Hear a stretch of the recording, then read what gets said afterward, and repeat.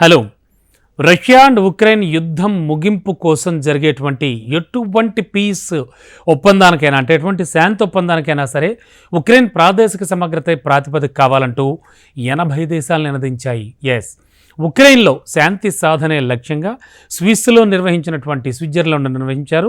2 రోజుల సదస్సులో దాదాపు 100 దేశాలు పాల్గొన్నాయి. అయితే ఈ మేరకు ఒక సంయుక్త ప్రకటన కూడా విడుదల చేశాయి.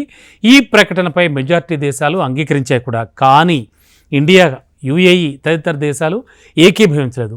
ఉక్రెయిన్లో శాంతి అనే అంశంపై స్విట్జర్లాండ్లోని బర్జన్ స్టాక్ రిసార్ట్స్లో 2 రోజుల పాటు ఒక సదస్సు జరిగింది. మరి మొన్నటి ఈ శిఖరాగ్ర సదస్సు ఆదివారం సంయుక్త ప్రకటన విడుదలతో ముగిసింది. రష్యా ఉక్రెయిన్ యుద్ధాన్ని ఆపడం, అణుభద్రత కానీ, ఆహార భద్రత కానీ, అలాగే ఖైదీల మార్పిడి ఇలాంటి అంశాలపై విస్తృతంగా ఇందులో చర్చించడం జరిగింది.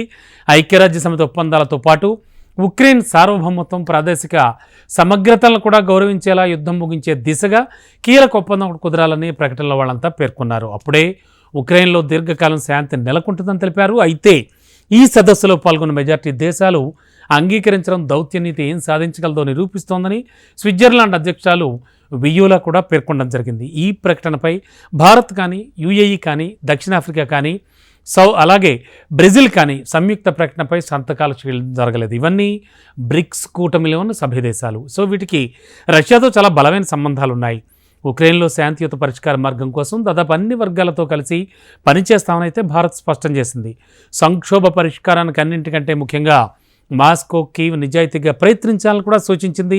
మన దేశం తరపు నుంచి విదేశీ వ్యవహారాల శాఖ కార్యదర్శి పవన్ కపూర్ సదస్సుకు హాజరయ్యారు. అయితే రష్యా, ఉక్రెయిన్ మధ్య మధ్యవర్తి తరహా పాత్ర పోషిస్తోన్న తుర్కీయే ఈ సంయుక్త ప్రకటనపై సంతకం చేసింది. చైనాకి సదస్సుకు హాజరు కాలేదు. చైనా అయితే రష్యాకు అయితే ఆహ్వానమే అందలేదు. స్విట్జర్లాండ్ సదస్సులో పాల్గొన్న దేశాలకు ఉక్రెయిన్ అధ్యక్షుడు జెలెన్స్కీ కృతజ్ఞతలు కూడా తెలిపాడు. మా దేశానికి అంతర్జాతీయంగా ఉంటున్న మద్దతు తరిగిపోవడం లేదని సదస్సు మరోసారి చాటి చెప్పింది. రష్యా అధ్యక్షుడు పుతిన్ మన దేశంపై యుద్ధాన్ని ఆపేలా కనిపించడం లేదు. ఆయన ఎలా అయినా సరే ఆపగలగాలి. పశ్చిమ దేశాల నుంచి అందుతున్నటువంటి సాయం మేము యుద్ధం గెలవడానికి సరిపోదు. రష్యా బలగాలు ఉక్రెయిన్ భూభాగాన్ని వీడితే వెంటనే ఆ దేశంతో శాంతి చర్చలు కూడా ప్రారంభిస్తాం. చైనా మాకు శత్రువేం కాదు. చైనా ప్రాదేశిక సమగ్రతను తాము గౌరవిస్తున్నాం. ఆ దేశం నుంచి మేం కూడా అదే ఆశిస్తున్నాం అంటూ కూడా ఈ సదస్సులో జెలెన్స్కీ వ్యాఖ్యానించడం గమనార్హం.